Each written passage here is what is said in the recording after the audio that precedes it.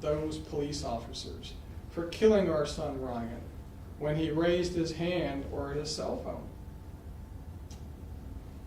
To protect and serve is their motto, but we believe to protect and to serve themselves is their motto.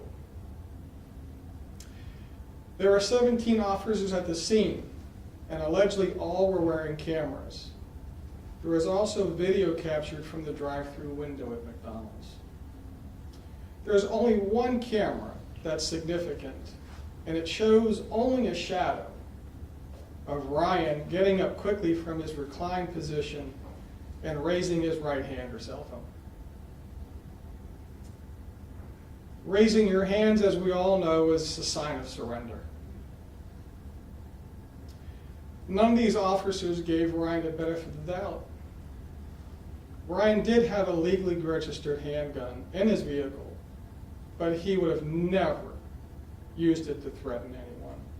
He purchased it for his own protection. Ryan recently lost his housing, was living out of the vehicle, and was suffering from a series of hardships, complicated by his mental health problems at that time. The Montgomery County Police attempted to show us a grainy, inconclusive, produced video with added red arrows, indicating Ryan allegedly raising a handgun with his right hand. Our son Ryan was left-handed, and he made a special effort to change the hand grips for a lefty when he purchased his gun. Ryan sat at the McDonald's restaurant in need of desperate mental health assistance and service, and was threatening no one. The initial 911 caller from McDonald's proves this. The family and many people in the community were hopeful and expecting that maybe this time the preventable taking of life of yet another black male would be met with some accountability. The criminal outcome for the officers was predictable based on the past, black lives lost in Montgomery County. Ron and I truly believe if the person experiencing this mental health crisis was white or a relative of the police officers, they would have responded completely different, with assistance, not 23 bullets. After reviewing all the evidence with the Howard County State's Attorney Office, our takeaway was that, and I quote, Ryan should still be alive today, unquote. We filed a civil lawsuit in the effort to prevent another Ryan from being dehumanized, gunned down like a rabid animal, and to hold Montgomery County accountable.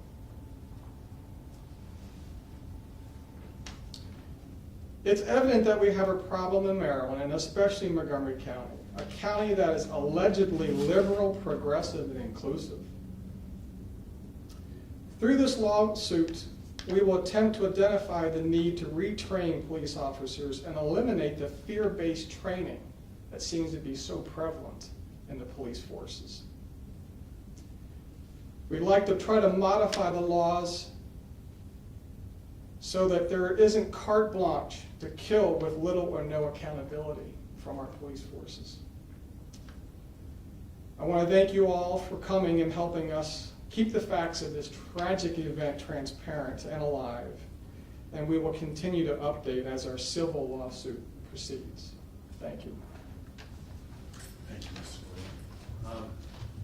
So at this time, if you all have any questions of the family, we certainly can go ahead and entertain a few. Does his mom want to say anything or just respond to questions? No, my husband speaks well. If you have a question, I could possibly answer it. Okay, I also wanted to speak to the attorney, and we had spoken over the phone about the federal lawsuit and the counts and the way you're pursuing this through ADA and things like that. If you could talk a little bit about that. Yeah, certainly. It doesn't take one long to look at how our country or how our country's police forces have responded to people in mental health crisis. And typically, when something like that happens, lawyers like myself bring lawsuits under 42 USC section 1983. While that's one avenue to bring such a lawsuit, we've brought this lawsuit under primarily the Americans with Disabilities Act and Section 504 of the Rehabilitation Act, because the heart of this lawsuit is that Ryan should be alive today because he was someone reaching out for help, not committing a crime. And he should be alive today because he was in a mental health crisis, again, reaching out for help. And so while we might still bring a lawsuit, as many people do, for excessive force under 42 USC 1983, as a first measure, we're bringing this lawsuit under the Americans with Disabilities Act because that's really the heart of this case. Ryan had a disability because he was suffering from a mental health crisis, and the Montgomery police officers involved knew it and should have responded accordingly. That's why we're bringing the lawsuit under the ADA. That's why, again, the heart of this lawsuit is Ryan's disability, that being his mental health. And through the lawsuit, are you seeking any particular changes within the department or anything like that? Certainly we're open to changes as Mr. LeRoux has explained, as Ms. LeRoux would say. In fact, why don't I go ahead and let you talk about the changes, Mr. LeRoux? Yeah, it's, again, I learned more about the law than I really wanted to, but again, it seems to me like the laws are in place essentially really to protect and serve the officers in a case like this where they essentially can use that type of lethal force in this particular situation, which seems unconscionable. 23 shots is a lot of shots to fire at somebody that's always just essentially sitting in a drive-through. We're hopeful that maybe some of the training, we know it's called fear-based training in some of these forces. We'd like to see laws change so that the officers are they're capable and able to be able to recognize this type of situation and not take a life so callously. So that is one of the things that we're hopeful for, is that we could essentially maybe change the laws and protect another Ryan in this particular situation. Right. And I think the only thing I will add about the law is this. Look, in 2020, there was a law that was passed that required Montgomery County to reach out to vulnerable communities, such as folks that suffer from mental health issues.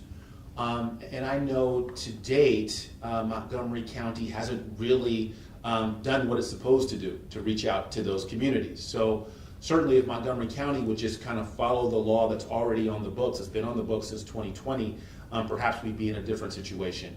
I can also tell you that Montgomery County has not fully trained all of its officers in what's called crisis intervention. There's supposed to be a 40-hour crisis intervention training that all Montgomery County police officers are supposed to take.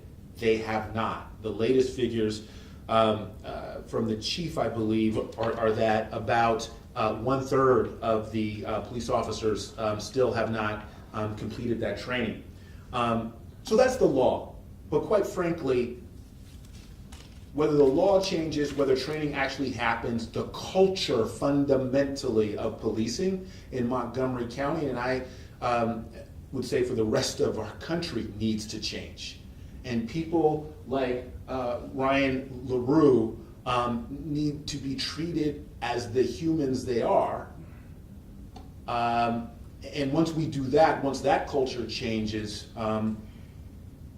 then I think we'll have fewer Ryan LeRoux's. So it's not just the law, it's not just the training, it's culture, fundamentally, that needs to change in Montgomery County and around. To the family, your overall reaction of the non-indictment of the officers and why this lawsuit was your guys' next step in this case? Well, the overall reaction is pretty clear. We were hopeful, obviously, particularly since they didn't really have anything to prove that he had raised a handgun. When I sat in the office in Montgomery County initially, the first thing I said, it looks like he's raising his cell phone to me. I simply could just not digest the fact that this very weak, grainy video in any way, shape, or form showed him raising the handgun. So for the family, they've never been able to prove to us what their contention is, obviously. But the outcome was predictable. We had been kind of prepared and prepped because this is not unusual. Typically, the grand jury is going to come back again, and I know that they have to work within the confines of the law. And like I mentioned earlier in my statement, our understanding is that the law really does protect them when they use this type of excessive force. And I guess why the lawsuit now, what's your guys' hope with the lawsuit? I know you talked about the department changes. Is there anything else you guys are hoping for in the end? Well, in terms of the civil lawsuit, we really just want to be able to hold the county accountable at this point, really, and hopefully make some changes. For us, the core is to try to make the changes so there's not another Ryan LeRoux. We don't want him to have died in vain. Yes, there was mistakes. We've lost them. We have to deal with that. But truly, if we could save just one more family, it would be worth it to us. What was, I don't know if you knew this in advance, I didn't know it until I had interviewed the state's attorney, that there was a crisis intervention person on the way, Yes. but had not gotten there before the shooting This- happened. Just your thoughts about that. Well, this is correct. In the evidence, as we know, one of the officiating officers that showed up finally instituted the need for some mental health crisis to come. Unfortunately, instead of them standing down like they would typically do, again, Ryan wasn't doing anything to harm anybody.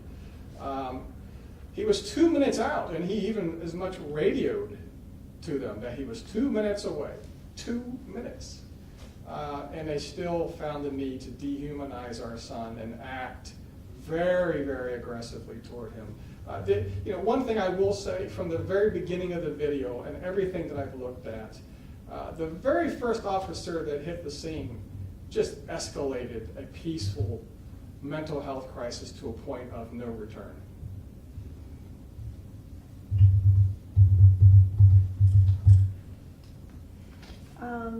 Just checking to see if there's anything else or any other family members who wish to speak and moving forward. We're good.